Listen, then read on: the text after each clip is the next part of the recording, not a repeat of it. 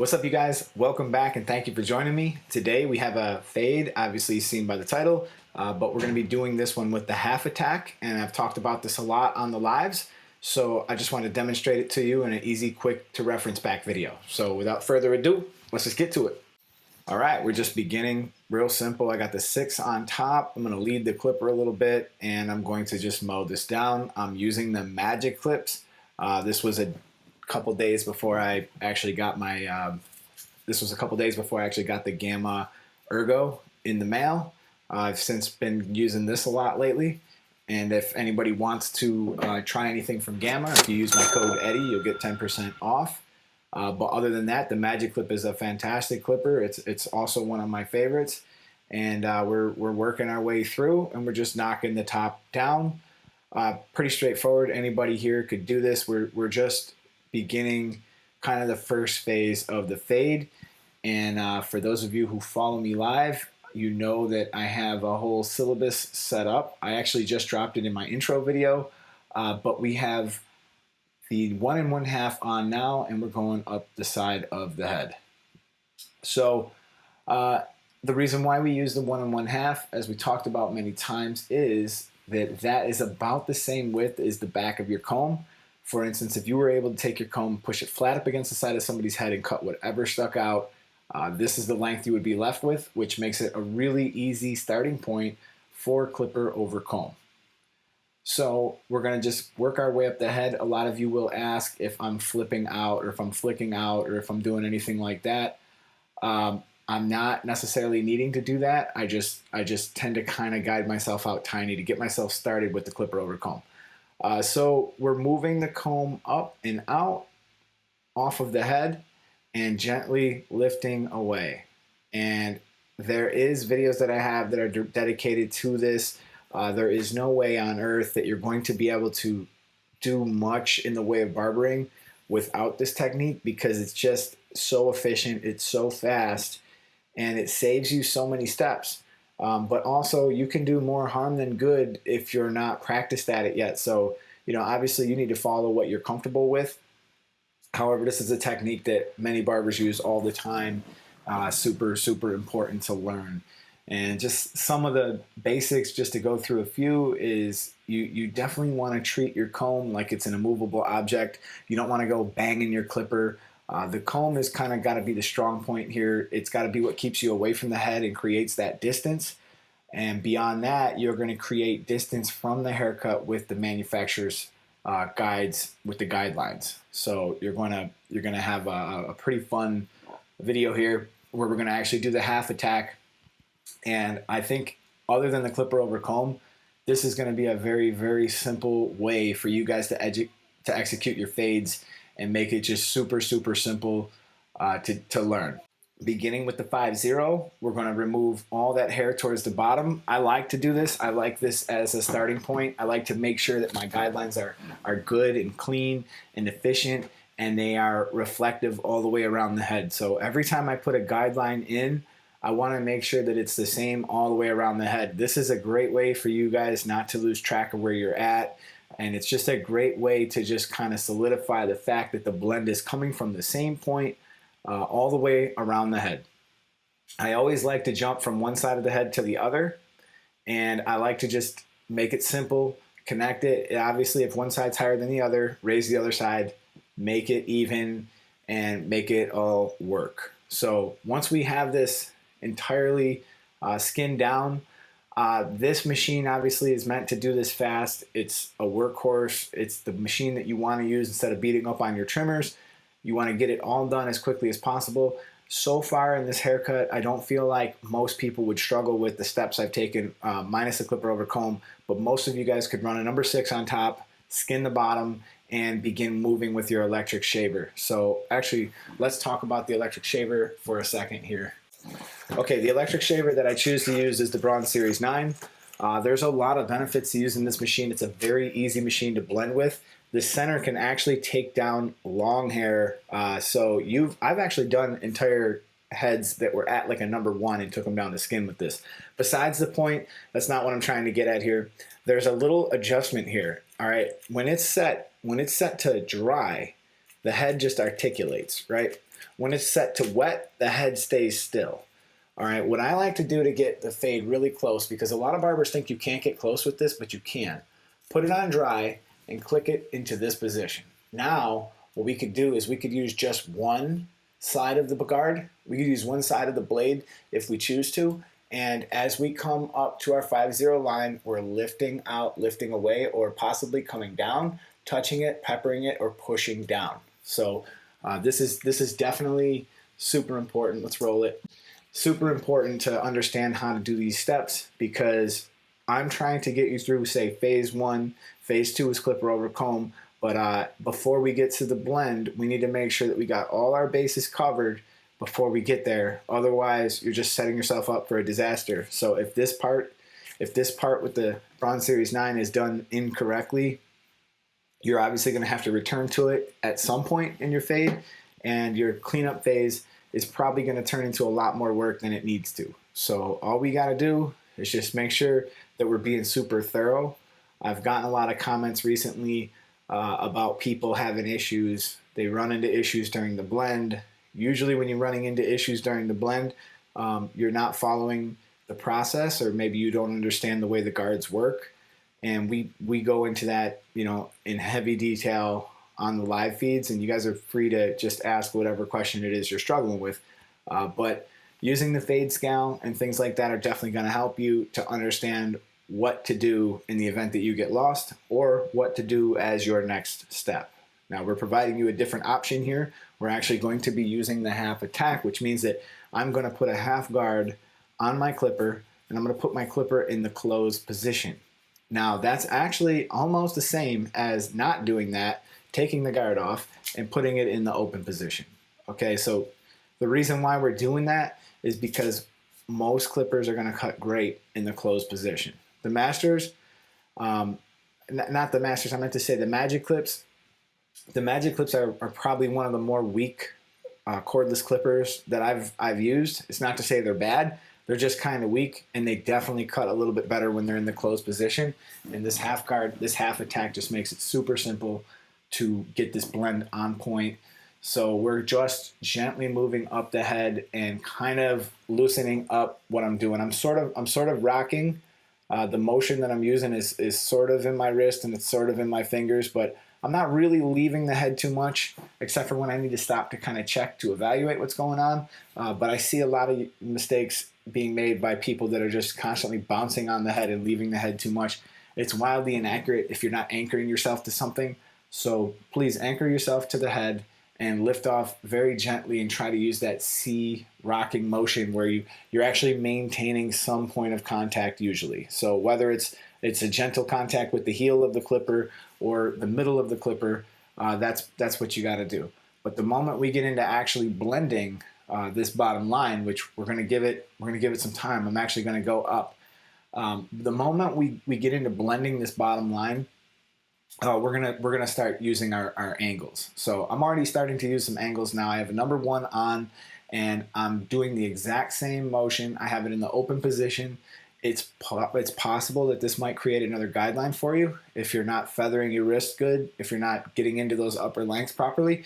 But it's okay if you create another line here. It's not a big deal. We got the 1 and 1 half guard. We still got a lot of work we can do with it. So I'm going to begin closing it, keeping it on an angle, moving it in the crisscross pattern as we talked about before.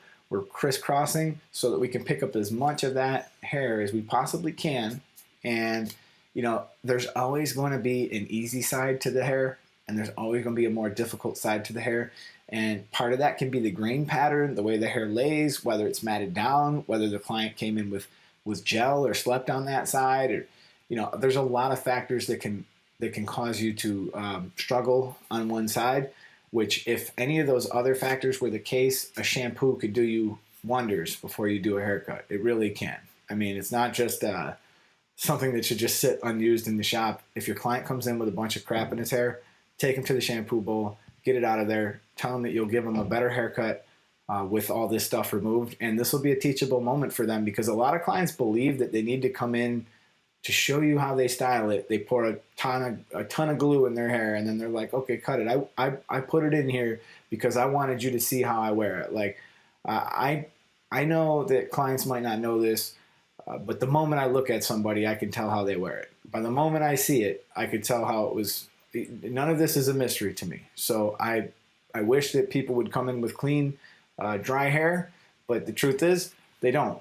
So once I'm done with the one open and the one close, I'm going to jump up to the 1 1/2. I'm going to begin with it open, and I'm going to begin closing it. Now here's where we're going to get into a thing that I've been talking about. It's called trapping.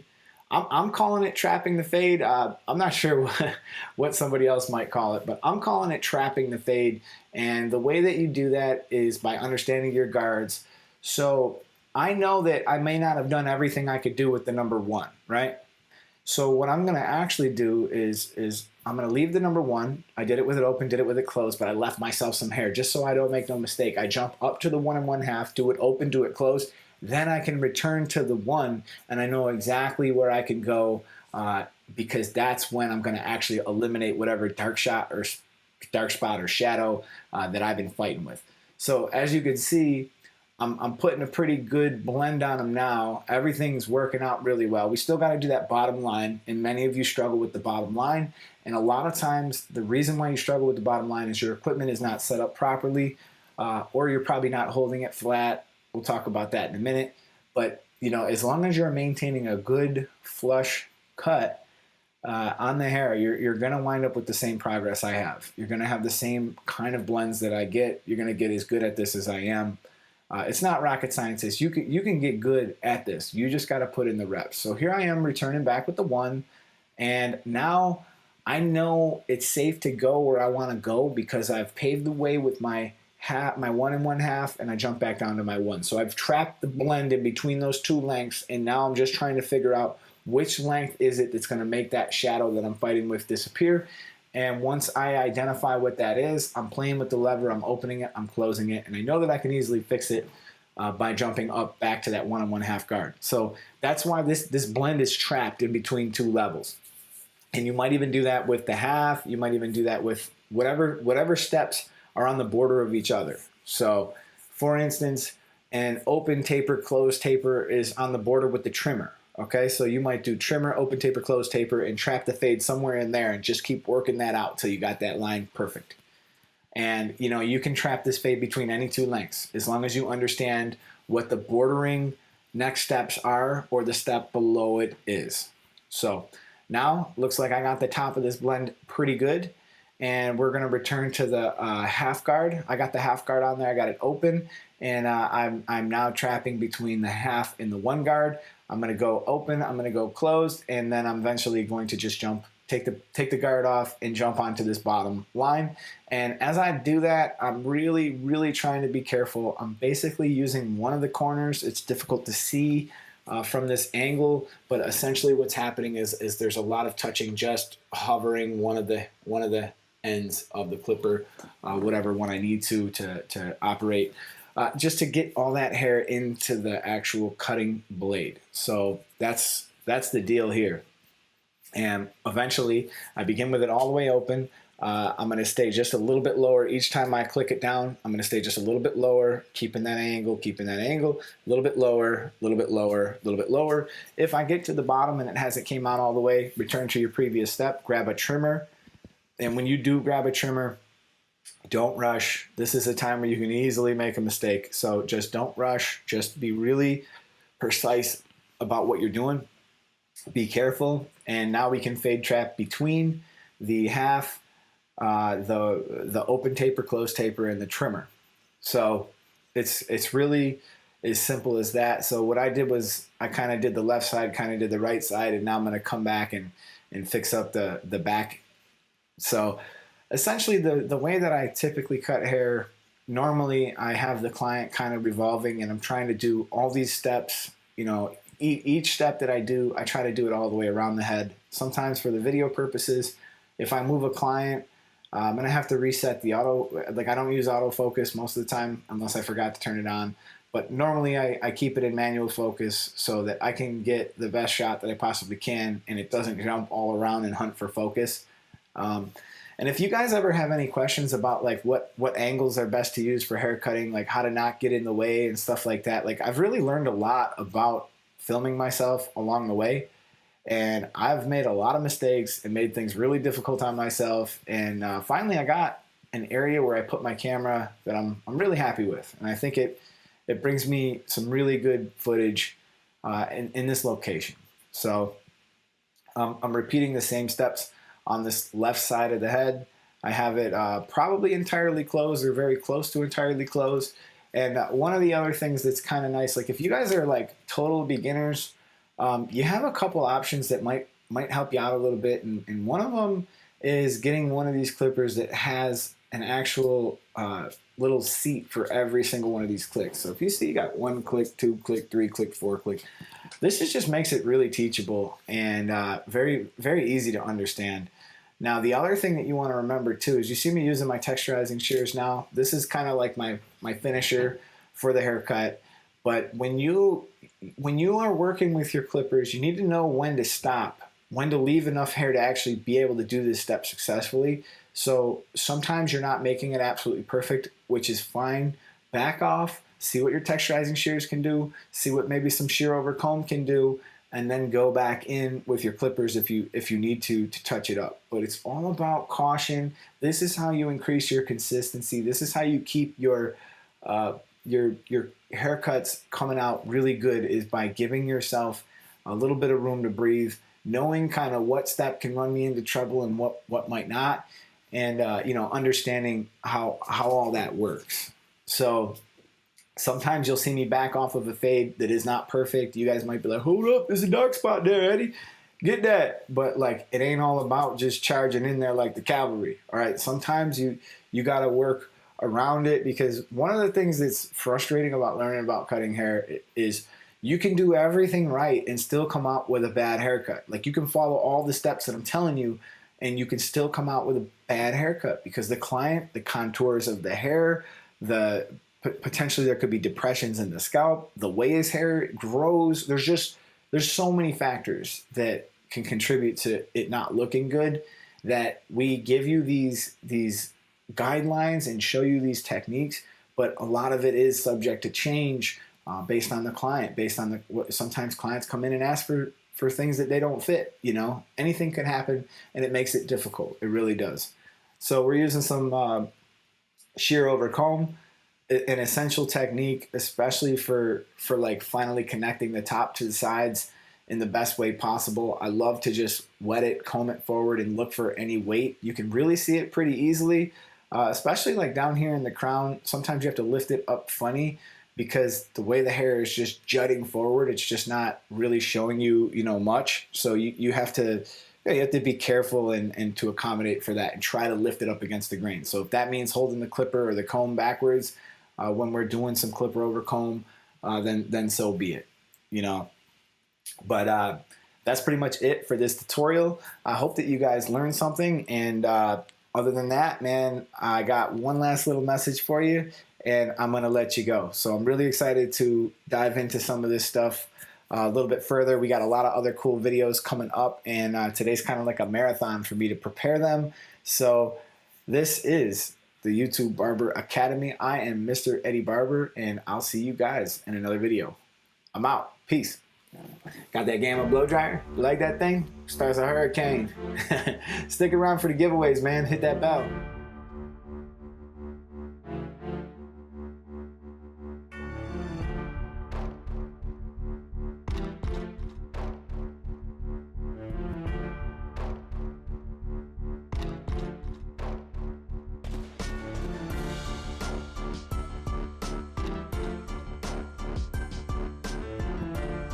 Wait a minute, before you guys go, I want to invite you to hit that bell, hit subscribe, and stick around, because we're going to go live all the time. It's far more interactive, it's a lot more intuitive, you'll learn a lot more, and we'll go through this video and many others as we continue to grow. We build off each lesson from the last week, so don't miss out on that opportunity. It's free, it's fun, and we're going to have a good time and a lot of guests, and we do giveaways. So I encourage you guys, hit subscribe. Other than that, man, thank you for watching, and I'll see you in another video. Peace.